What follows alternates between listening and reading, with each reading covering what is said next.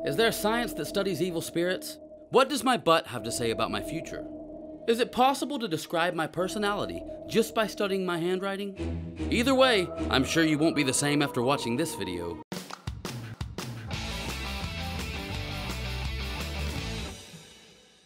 Number 9. Rumpology. Here's a strange question. Are you comfortable with your butt being thoroughly examined by someone else? I'm guessing the answer is probably not. But certain people in the world believe they can open your butt like a book. And by that, I mean read it. The modern pseudoscience of rumpology, also known as bottom reading, is an art that involves an examiner studying the lines, crevices, dimples, and folds of the buttocks to define the butt owner's character, and possibly get a glimpse of what lies ahead, all by analyzing what trails behind. The word rumpology is a newly coined term invented by modern-day American astrologer Jackie Stallone. If you think her name rings a bell, that's probably due to the fact that Jackie is Sylvester Stallone's mommy. And Mommy Stallone claims that rumpology is known to have been practiced in ancient times by the Babylonians, Indians, ancient Greeks, and even the Romans. However, she provides no evidence for these claims, though she did state that she was able to predict the outcome of presidential elections by simply reading the butts of her 2 pet Doberman doggies. Yikes, that sounds rough. Jackie Stallone has been largely responsible for the supposed revival of rumpology in modern times. Cuban-born goalkeeper for the Orange County Blues, Jose Miranda, says that rump reading is no different from reading a palm or someone's eyes. And he should know, because Mommy Stallone taught Jose the art of rumpology, which is said to work the same as astrology, palmistry, and even receiving messages from ghosts. Boo. It is said that readings can be performed either by sight, touch, or by analyzing butt printouts. Yes, I just said butt printouts. The examiners, or rumpologists, have a variety of theories to help determine the meanings behind the many different posterior characteristics of a mammal's rear end. And rumpologists really believe it works. No ifs, ands, or buts. Number 8. Numismatics. Have you ever collected money? I used to collect coins from the year I was born. So let's just jump right in and find out exactly what numismatics is. Numismatics is the study or collection of currency, including coins, tokens, or paper money. While numismatics are often characterized as students or collectors of coins, the discipline also includes the broader study of money and other payment methods used to resolve debts or pay for goods and services. But it usually excludes goods that are used in barter-type exchange systems. It's also known as the hobby of kings. There's evidence that in ancient times, rulers like Caesar liked to collect coins and money from foreign lands. These were usually given as gifts to rulers of other countries, normally to help facilitate a trade agreement. Number 7. Astronautics. Did you like the movie Interstellar? The way they explored space was really interesting to me. Well, now it's your turn to fly through the definition of astronautics. The term astronautics was established in the 1920s by J.H. Rosny, president of the Goncourt Academy. Astronautics is often referred to as astronomical engineering. It's the science and technology of spaceflight. It's also the field of aerospace engineering that deals with machinery designed to work beyond Earth's atmosphere. Astronautics work by applying scientific principles as well as engineering techniques to aviation technology.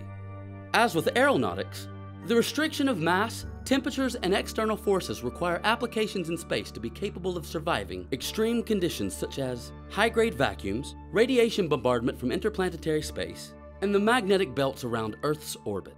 Space launch vehicles must withstand titanic forces, but satellites can only experience huge variations in temperature for very brief time periods. Extreme limitations cause engineers to face the constant need to omit mass in the design in order to maximize the actual payload that reaches orbit. Number 6. Neuroeconomics. Do you think the brain's important in business? If you don't, do you remember Pinky and the Brain? Well, who was the one in charge of taking over the whole world? Neuroeconomics is an interdisciplinary field that attempts to explain human decision-making, the ability to process multiple alternatives, and to follow a course of action. It studies how economic behavior can shape our understanding of the brain, and how neuroscientific discoveries can constrain and guide models of economics. It combines research methods from neuroscience, experimental and behavioral economics, and cognitive social psychology. As research into decision-making behavior becomes increasingly computational, it's also incorporated new approaches from theoretical biology, computer science, and even mathematics. Behavioral economics emerged to account for these anomalies by integrating social, cognitive, and emotional factors in understanding economic decisions. Neuroeconomics adds another layer by using neuroscientific methods to understand the interplay between economic behavior and neural mechanisms. Whew! Number 5. Graphology. Have you ever noticed that everyone's handwriting is completely different? Well, handwriting has a really important meaning. Check this out. Graphology is the analysis of physical characteristics and patterns of handwriting to identify the writer, their psychological state at the time of writing, or it's used to evaluate personality characteristics. We were all taught to write a specific way when we were children at school, but it's evidence that no one continues to write exactly the way they were taught, and everyone's handwriting looks different.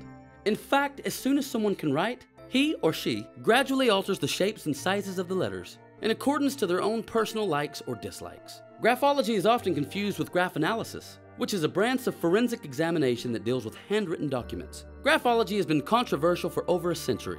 Graphologists point to anecdotal evidence of positive testimonies as a reason to use it for personality evaluation. But empirical studies fail to show the validity claimed by its supporters. Guess we can write that one off. Number 4. Futurology. Whenever we bet on the results of any sport or competitive games, we need to make predictions based on certain info. And believe it or not, that's a type of science. Futurology is the study of postulating possible, probable, preferable futures coupled with worldwide views and the myths that surround them. Futurology, or future studies, is considered a branch of social sciences parallel to the field of history. History studies consider the past, while future studies obviously consider the future. Future studies seek to understand what's most likely to continue and what could possibly change. It seeks systematic and pattern-based understanding of past and the present to determine future events and trends. Future practitioners employ a wide range of approaches, models, and methods in both theory and practice. Many of these methods are derived from or are informed by other academic and professional disciplines, including social sciences. So I guess you have to study the past to get back to the future. Number 3. Demonology. Do you believe in the devil, demons, or evil spirits? Ever try to seance or rituals to summon spirits? Yeah? Oh good, well this is for you. Demonology is the study of demons, evil spirits, and more generally, supernatural entities considered to be malevolent. Many religions, specifically Judaism and Christianity, are known to adopt the gods and goddesses of pagan cultures as demonic spirits. So what's considered evil or demonic is often subjective. Demonology also studies the methods used to control or summon evil spirits.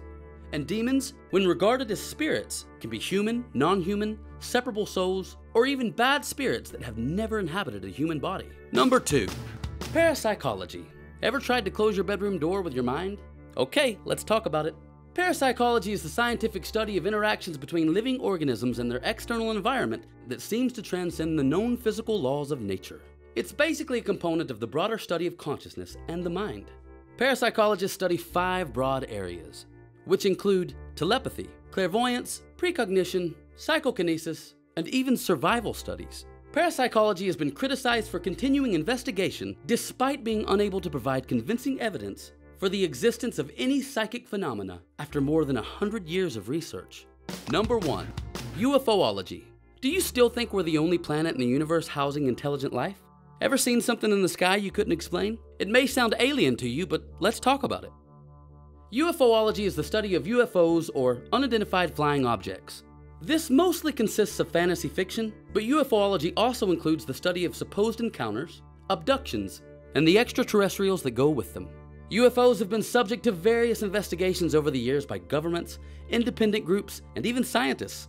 However, UFOlogy as a field is rejected and considered a pseudoscience. Gregory Feist, an academic psychologist, proposes that UFOlogy can be categorized as a pseudoscience because its adherents claim it to be science, while the scientific community denies it.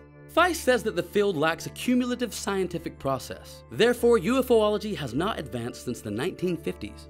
Rachel Cooper, a philosopher of science and medicine, states that the fundamental problem with UFOlogy is not the lack of scientific method. She states that many UFOlogists have met the standards of scientific acceptability, but the assumptions on which their research is often based is considered highly speculative. So if you see a UFO, who are you gonna call? Mulder and Scully? And that's it for Crazy Types of Science. I hope you enjoyed the video. Let us know which crazy science surprised you the most. Leave a comment down below and feel free to share any of your own experiences that may relate to crazy types of science. Thanks for stopping by, and we'll see you again real soon.